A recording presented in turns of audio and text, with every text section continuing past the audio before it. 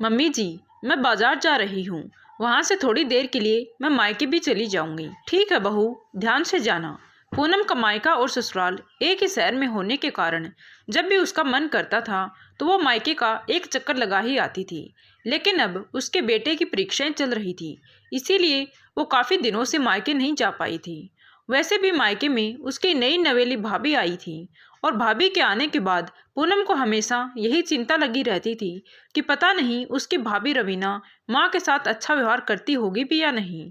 Phone पर तो सब कुछ अच्छा ही लगता था, लेकिन उसे लगता था कि उसकी माँ बहुत भोली भाली है, कहीं नए जमाने की तेज तरार बहू उनके भोलेपन का फायदा ना उठा ले। पूनम ने घर पहुंचने से पहले अपनी भाभी को फोन लगाया, लेकिन उसकी भाभी ने फोन नहीं उठाया। इसीलिए वह झुंझला उठी और सोचने लगी कि देखो तो अभी घर में आए हुए 1 महीना भी नहीं हुआ है महारानी को, और उसके इतने नखरे शुरू हो गए कि मेरा फोन तक नहीं उठा रही। जाकर देखती हूँ कि आखिर कर क्या रही है। इधर उसकी भाभी रवीना अपने बेडरूम में सोई हुई थी और उसका फोन साइलेंट पर था, इसीलिए उसने फोन नहीं उठाया। लगभग दोपहर के 1 बजे रवीना की नींद टूटी। दवाइयों के असर से वह सो रही थी। पूरे घर में कड़ी की खुशबू फैली हुई थी तो उसके मुंह में पानी आ गया।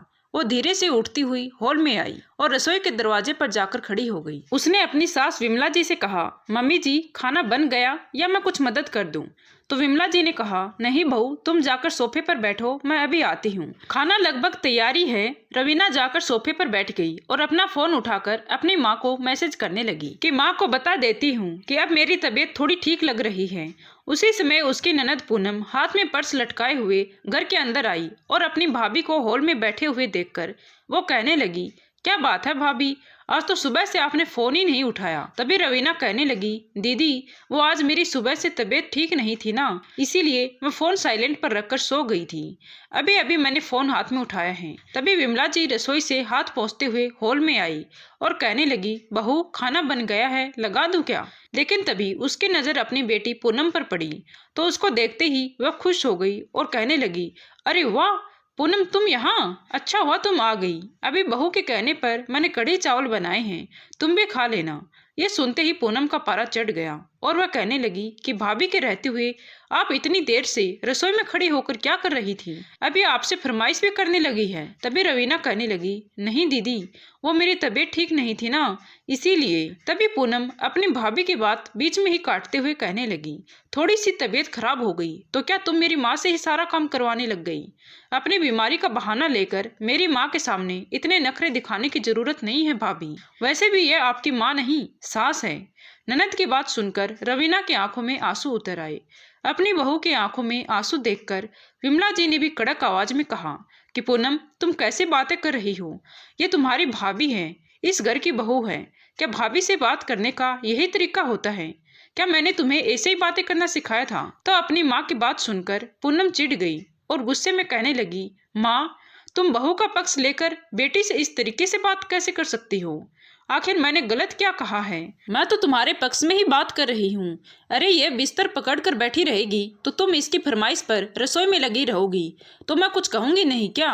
तभी विमला जी समझ गई थी कि अभी उनकी बेटी गुस्से में है, इसीलिए उन्होंने कहा, रुको पूनम, गुस्से में तुम ऐसे ही बोलते जाओगी तो अर्थ का अनर्थ निकलकर सामने आ जाएगा।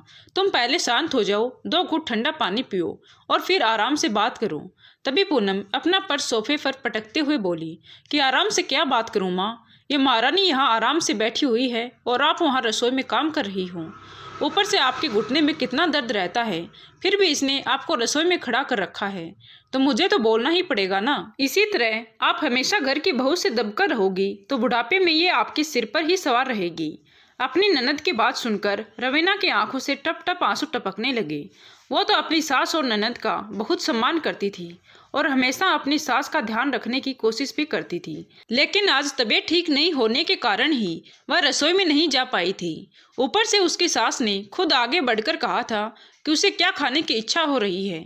तभी उसने बताया था कि उसे कढ़ी खाने का मन कर रहा है, क्योंकि आज उसे अपनी माँ की याद आ गई थी। उसे जब भी बुखार होता था और मुंह का स्वाद खराब हो जाता था तो वह अपनी माँ से हमेशा कढ़ी चावल बनवा कर ही खाया करती थी। उसे लगा कि शायद आज भी कढ़ी खाने के बाद उसके मुंह का स्वाद थोड़ा अच्छा हो जाएगा, इसीलिए उसने सहज भाव से ही सास को बता दिया था। लेकिन उसे नहीं पता था कि सास और माँ में फर्क होता है। माँ को तो हम अपनी सारी फरमाइशें खुलकर बता सकते हैं, लेकिन सास के सामने हमेशा मुंह बंद करके ही रखना चाहिए। उसका मन भारी हो उठा और वह अपनी ननद पूनम के सामने हाथ जोड़ते हुए बोली, दीदी मुझे माफ़ कर दीजिए, आगे से मैं ऐसी गलती कभी नहीं करूँगी। तभी विमला जी ने बहू की हथेली पकड़ते हुए कहा, रुको बहू, तुम क्यों माफ़ी मांग रही हो?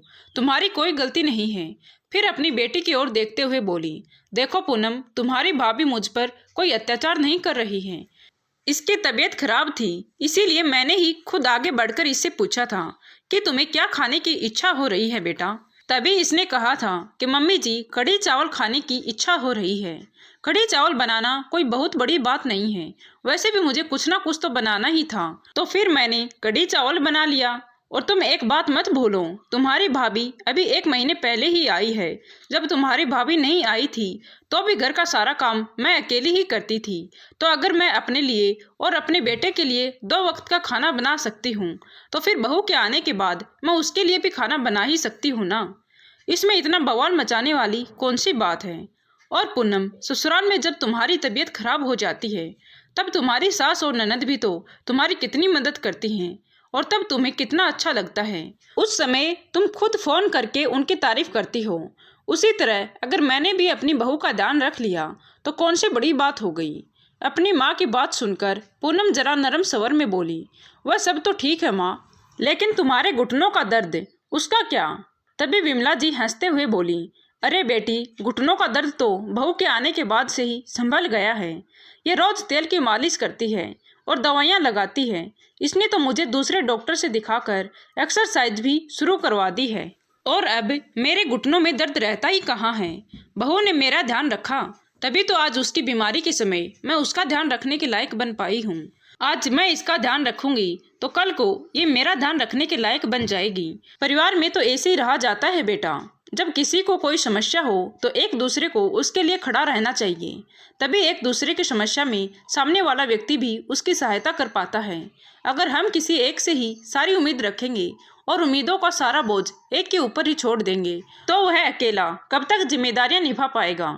यह सुनकर पूनम को अपनी कही हुई बात पर शर्मिंदगी महसूस हो रही थी और वह धीरे से अपनी भाभी के पास आकर बोली कि भाभी, मुझे माफ़ कर देना। मैंने सोचा कि आप बीमार पड़ने पर माँ से काम करवा रही हो, उनके प्रति लापरवाह हो गई हो, लेकिन मैं गलत थी। मुझे पहले पूरी बात जान लेनी चाहिए थी। तभी रवीना की आंखों में आंसू आ गए। वह बोली, कोई बात नहीं दीदी, आपको गलत फहमी हो गई थी, लेकिन मैं ये देखकर खुश हूँ कि मुझे इतना प्यार करने वाली सास मिली है जो मेरी बीमारी के समय मेरा पूरा ध्यान रखती है।